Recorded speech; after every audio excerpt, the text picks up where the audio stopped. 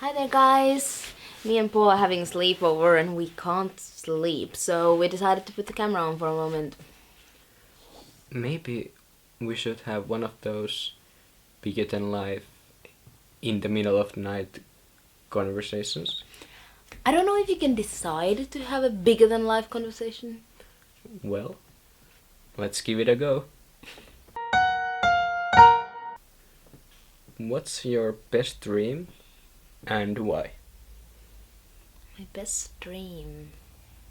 I had a dream once where I was lying on the floor and I was really small, like a toddler or something. And there were two people standing and folding a sheet above me. I was lying down under the sheet. And I couldn't see their faces.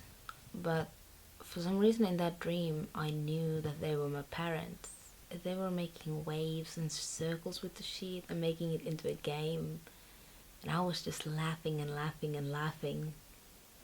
I was just so happy. Maybe it's not a dream. Maybe it's a memory. It can't be.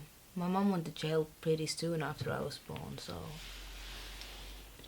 Do you believe in God? Sometimes I do. I have no proof. I'm not very religious. The minute you get the books and the rules involved, it gets too intense for me. Sometimes I can just feel a presence. Like there's someone looking out for me. Without any reason to do so. Maybe it's my mom. But in order of my mom to be in heaven or afterlife, there must be a God of sorts, right? Maybe. Or maybe, actually, it's more likely that if there is a heaven, it doesn't fit any rules of logic that we can understand. Do you believe in karma?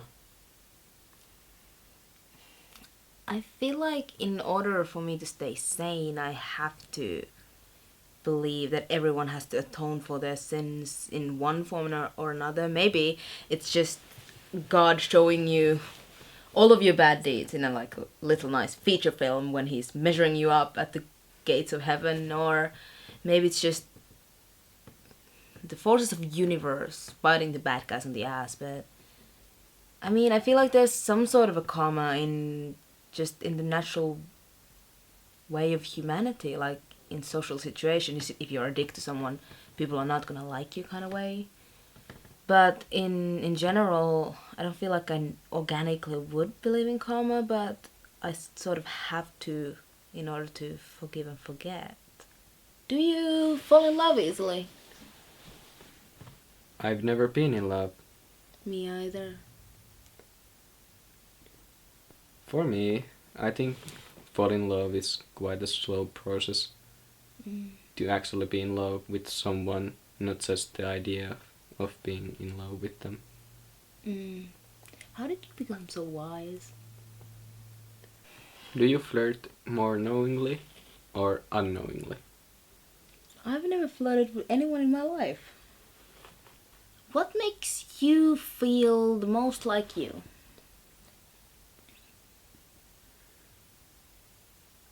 I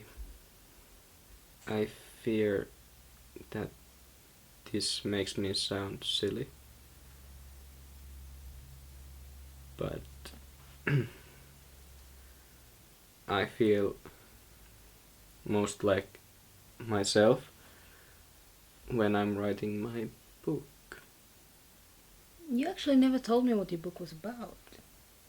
That's because talking about my book makes me feel foolish. Oh, no, you should never be ashamed of what you believe in. I mean, it's your work, and it's in the middle of the night, and everything is serene and magical, and even the silliest, most unbelievable fairy tales are like true stories right now. There's you, and then there's the camera. Oh, that's right. I mean, I understand if you don't want to talk about it, but you don't have to worry about my kindred spirits. They get art.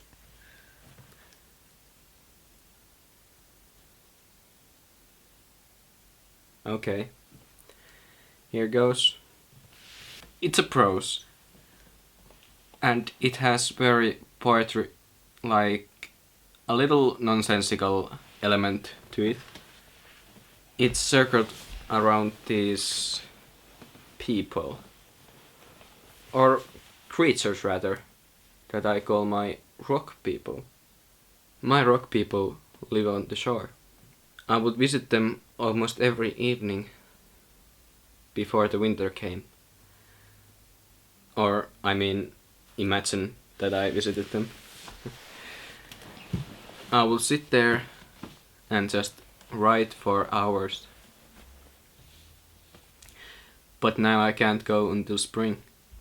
But I know they will be there. People like that never change. And that's the splendid thing about them. Nora was the first one I got to know. And maybe that's why I love her the most. She lives on Andrew's Cove. She has black hair and black eyes.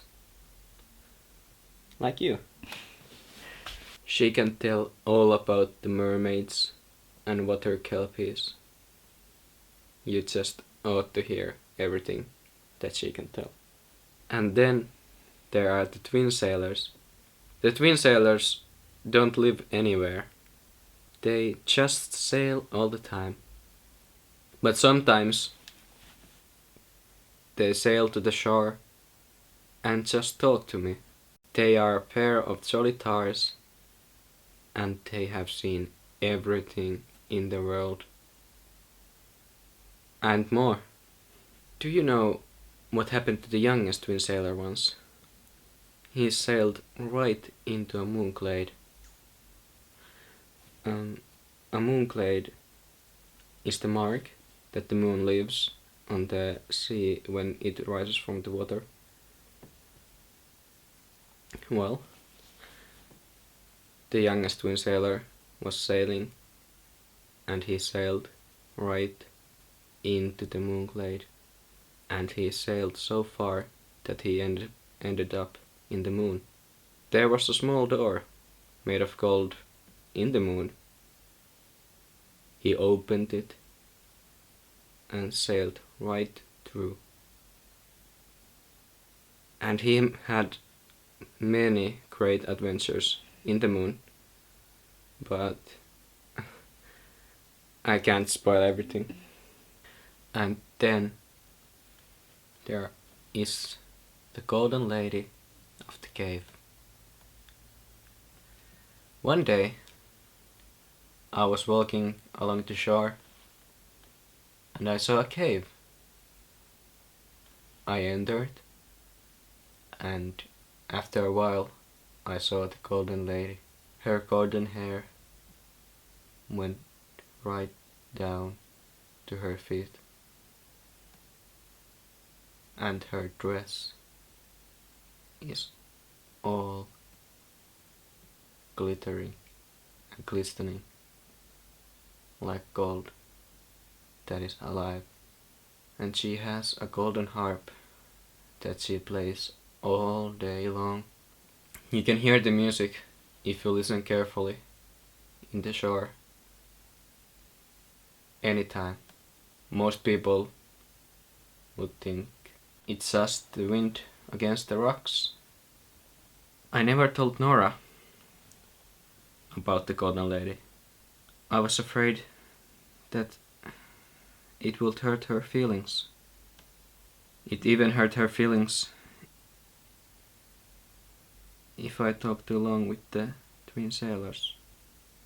I mean, it's really a mix between styles. I discard rhyme altogether, but I'm adapting the way poems don't ever explain anything in my prose. I'll just let the text assume that the reader knows exactly what I mean by water kelpies. It's a play between relationship of metaphors and reality like the fantasy novels. I let the audience decide their own meaning in it. Paul Irving, you really are a genius.